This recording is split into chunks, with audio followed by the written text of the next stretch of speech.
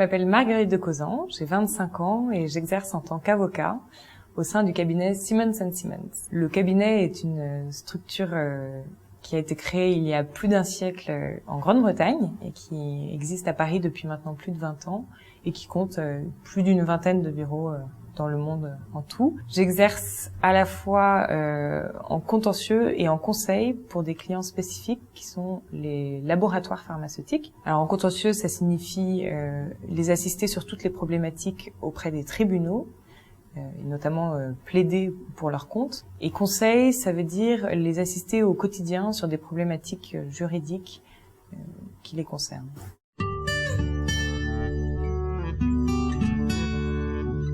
Pour exercer le métier d'avocat, je pense qu'il faut vraiment 3 compétences particulières. Je dirais que la première est la rigueur, puisque le droit étant une matière très exigeante, il faut savoir vraiment s'y plier et la suivre. La connaissance du milieu est très importante pour pouvoir s'adresser à nos clients.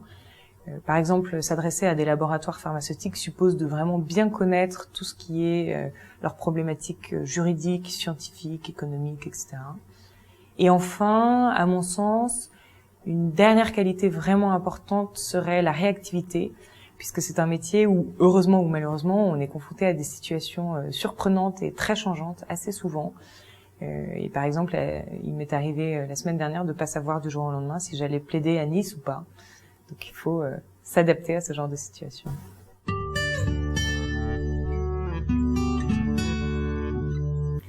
J'ai commencé mes études par un bac ES, après lequel j'ai intégré Sciences Po Paris pour 5 ans.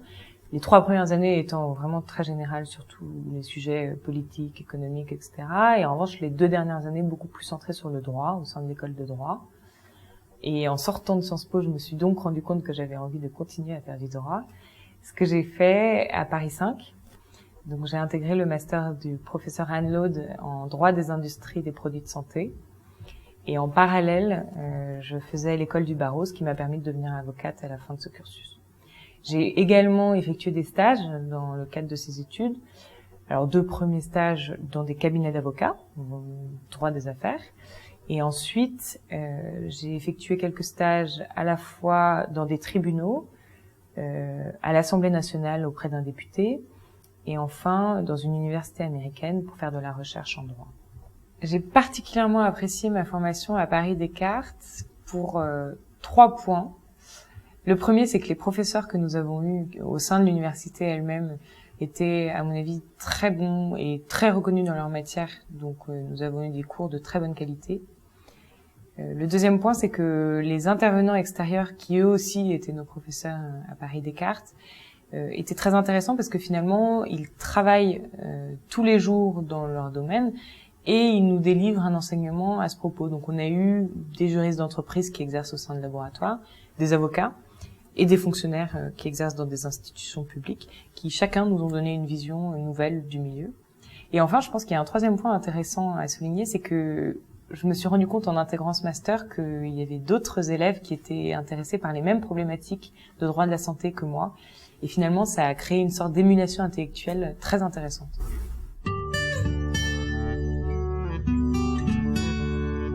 L'association M2PDS Alumni, donc les initiales de Master 2 Droit des industries des produits de santé, est une association qui a été créée l'année dernière pour à la fois réunir les anciens étudiants du Master 2, donc ce qu'on appelle les alumni, et les actuels étudiants du Master cette année, chaque année d'ailleurs. Et elle a différents buts. Je pense que le premier, c'est vraiment de réunir et les anciens et les actuels étudiants autour de problématiques de droit de la santé qui les intéressent tous. Donc c'est vraiment un but intellectuel. Mais il y a aussi un but plus social autour d'afterwork et grâce à nos réseaux de propositions d'offres d'emploi qui visent à faire circuler vraiment toutes les opportunités entre nous puisque nous travaillons dans le même secteur.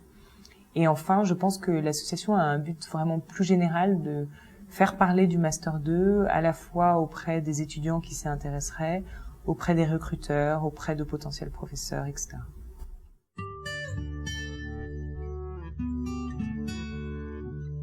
Si je devais donner des conseils aux étudiants de Paris Descartes, je leur dirais vraiment, en premier, le travail, le travail, le travail. à mon sens, il y a vraiment que ça qui paye vraiment. Après, bien sûr, la vie professionnelle peut être alimentée par d'autres qualités. La première, ce serait de justement multiplier toutes les expériences que l'on peut, des stages, des alternances ou même différents emplois. Et ça va aussi, à mon sens, avec le fait de rencontrer des personnes dans le milieu professionnel que l'on fréquente, parce que ça permet de découvrir d'autres opportunités et d'autres domaines que ceux que l'on connaît habituellement. Et enfin, je pense qu'il est aussi très important d'avoir des ambitions et d'essayer de les réaliser tout au long de sa vie professionnelle.